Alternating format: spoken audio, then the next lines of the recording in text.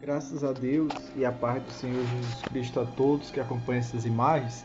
Esse amigo que vos fala é o pastor Bruno Bovista. Eu quero desde já desejar que a bênção, a paz, a prosperidade de Deus seja sobre a vida de todos que acompanham sobre a sua vida. Tá? E desde já eu determino que o milagre urgente que você necessita aconteça agora. Receba para a glória do Senhor Jesus, tá bom? Mas vamos dar ouvido agora à palavra de Deus. Deus vai falar aos nossos corações no livro de Hebreus, capítulo 11, versículo de número 23. Isso mesmo, Hebreus, capítulo 11, versículo 23. Logo, vou estar fazendo a oração da fé para que grandes maravilhas aconteçam na vida de todos, tá bom? Vamos acompanhar juntos Hebreus 11, 23, em nome de Jesus. Diz assim, ó: Moisés é o título, né? Versículo 23. Pela fé, Moisés, apenas nascido, foi ocultado por seus pais durante 3 meses, porque viram que a criança era formosa. Também não ficaram amedrontados pelo decreto do rei. Pela fé, Moisés, quando já homem feito, recusou ser chamado filho da filha de Faraó, preferindo ser maltratado junto com o povo de Deus a usufruir prazeres transitórios do pecado, porquanto considerou o opróbrio de Cristo por maiores riquezas do que os tesouros do Egito, porque contemplava o galardão. Pela fé ele abandonou o Egito, não ficando amedrontado com a cólera do rei. Antes permaneceu firme, como quem vê aquele que é invisível. Pela fé celebrou a Páscoa e o derramamento do sangue, para que o exterminador não tocasse nos primogênitos dos israelitas. Pela fé atravessaram o mar vermelho, como por terra seca, tentando os egípcios, foram tragados de todos. Amém? E graças a Deus. Que palavra especial, que palavra forte, a qual Deus ilumina o nosso coração acerca da fé, da perseverança e do amor a Deus. Moisés, como todos sabem, foi um homem escolhido por Deus. Desde o nascimento que ele foi perseguido pelo inimigo. Assim que ele nasceu foi na época em que o faraó mandou matar todos os primogênitos judeus, homens. Então Moisés ele era para ter sido sacrificado.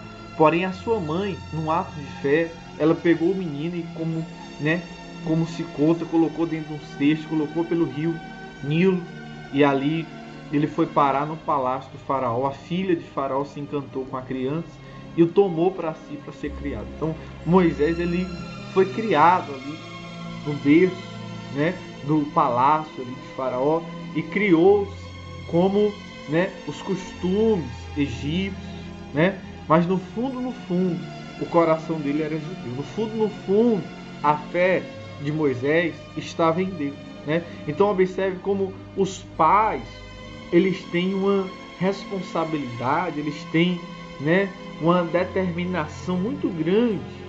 As atitudes dos pais são determinantes para o futuro dos filhos. Como diz aí, pela fé Moisés, apenas nascido, foi ocultado por seus pais durante 3 meses.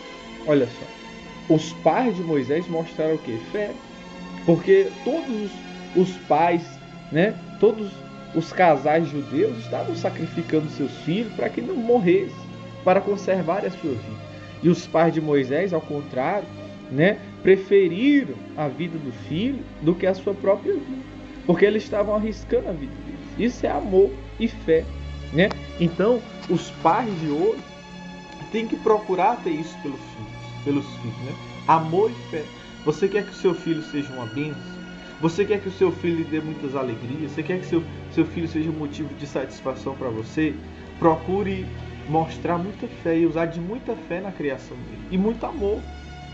E isso vai fazer, vai semear no coração dele um amor, uma bondade. Vai semear a própria presença, o próprio temor de Deus no coração. Então os pais de Moisés foram sábios, foram homens de fé, pessoas de fé. Um casal de fé, um casal que tinha um amor a Deus. Está aí, porque viram que a criança era formosa. Também não ficaram amedrontados pelo decreto do rei. Quer dizer, eles tiveram um sinal que Moisés era escolhido por Deus. E não ficaram o quê? Amedrontados. Aí é a fé. A fé, ela é o contrário do medo. A fé não permite o medo. Então, quando diz que eles não ficaram amedrontados, é porque eles tinham uma confiança em Deus. né? Eles tinham uma fé em Deus. Como diz no versículo 24, ó, pela fé Moisés, quando já era homem feito, recusou ser chamado filho da filha de Faraó. Por quê? Faraó, como todos sabemos, no Egito, era um país politeísta, ou seja, um país que adorava vários deuses, um país que adorava deuses falsos, né?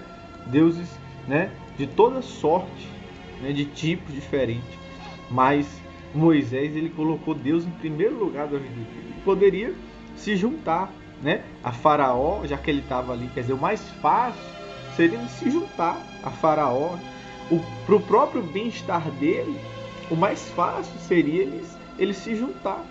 Mas ele não se ateve com o bem-estar dele. Ele não se ateve com a facilidade. Ele se ateve com o verdadeiro, com o justo, com o que é correto. E uma pessoa que ela preza por Deus, que ela tem o temor de Deus, ela é assim. Às vezes o mais fácil é você fazer o errado. Às vezes o mais fácil, né, é você aceitar o erro. Às vezes o mais fácil é você se juntar, né, com os errados. Mas não podemos ser assim.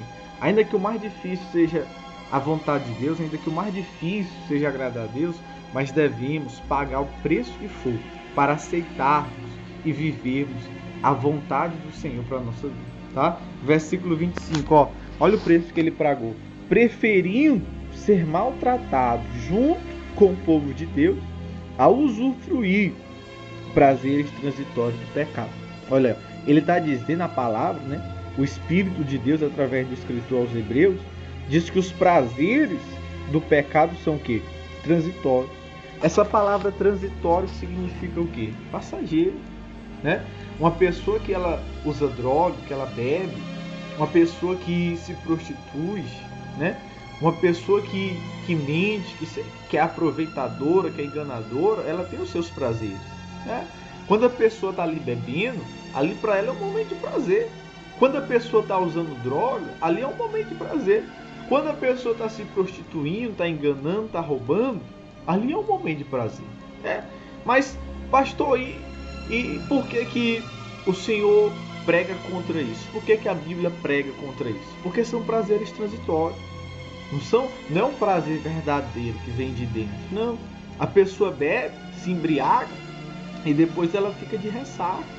Depois ela fica vomitando, ela faz besteira quando está embriagada. Por isso que Deus não aprova, né? Como prejudica a saúde da pessoa. A pessoa tem, né, problema no fígado, em várias partes do corpo. Então, tudo aquilo que Deus não aprova é porque não faz bem para o homem. E o homem tem que entender aqueles prazeres que são transitórios e aqueles que são permanentes. É questão de sabedoria. Você escolhe os prazeres permanentes, que é aquela vida que você faz a vontade de Deus, ou você escolhe os prazeres transitórios, que você vai ter aquele momento de felicidade, mas que você vai deixar de lado a bênção de Deus, a presença de Deus. Então devemos ser sábios para deixar de lado os prazeres transitórios e escolher aqueles que verdadeiramente, né, vão nos saciar e nos realizar. Como ele diz ainda no versículo de número 26, ó. Porquanto considerou o opróbrio de Cristo por maiores riquezas do que os tesouros do Egito, porque contemplava o galardão. Isso é fé. Contemplar o galardão, ou seja, quando a pessoa está abrindo mão do pecado, daquilo que é errado, daquilo que não é a vontade de Deus, aparentemente para muitos ela está perdendo, está deixando de ganhar. Mas quando a pessoa ela tem experiência com Deus, ela sabe que lá na frente Deus vai dar um galardão para ela. Mesmo a princípio ela deixando de usufruir algo, mas lá na frente Deus vai recompensar. E na vida de Moisés foi assim.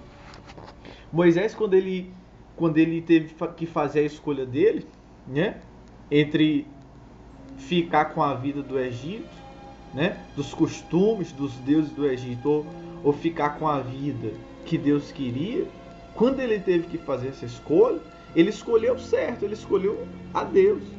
Mas a princípio o galardão não veio. A princípio o que veio foi dificuldade. Ele foi rejeitado por Faraó.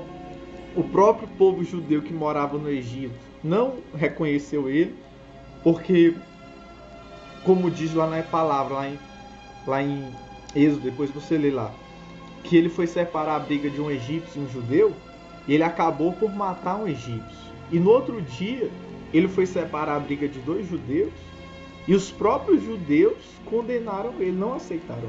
Quer dizer, no coração dele, ele sentia essa missão, esse chamado de defender o povo de Deus. Mas, a princípio, o próprio povo de Deus não reconheceu, não aceitou, né?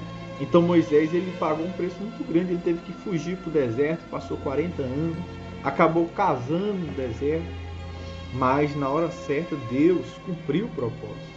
Na hora certa o galardão veio, e depois Moisés foi usado por Deus para ir até Faraó, e para depois ser usado de maneira extraordinária. O mar se abriu, e ele conduziu aquele povo pelo deserto, sendo usado por Deus até chegar na terra prometida. Quer dizer, demorou, entre aspas, né?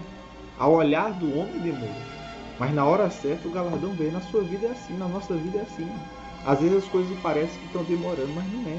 Quando a gente está fazendo as escolhas certas, quando a gente está escolhendo a vontade de Deus para a nossa vida, a princípio, a gente pode até pagar preços altos, né? A gente pode até penar, pode até sofrer, mas o galardão que está vindo para a sua vida, está chegando, está preparado. Pode crer nisso aí. Deus está entregando um galardão para você agora. Muita coisa que você estava esperando acontecer, muito tempo de sofrimento na sua vida, Deus está entregando o galardão agora, a sua cura, a sua prosperidade, a libertação do seu marido, do seu filho. Receba seus sonhos realizados, em nome de Jesus. Continuando, o versículo 27, ó. Pela fé, ele abandonou o Egito, não ficando amedrontado com a cólera do rei. Antes permaneceu firme, como quem vê aquele que é invisível. Olha aí, ó. Ele abandonou o Egito pela fé, né? Você tem que abandonar o Egito, né? Tem que abandonar aquilo que não é de Deus, né? Não ficando amedrontado.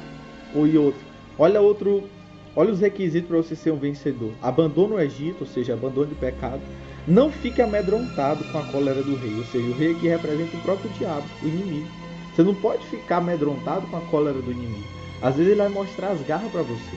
Às vezes ele vai fazer medo a você, ele vai gritar para você, Ele vai, né, fazer com que as coisas pareçam difíceis para você.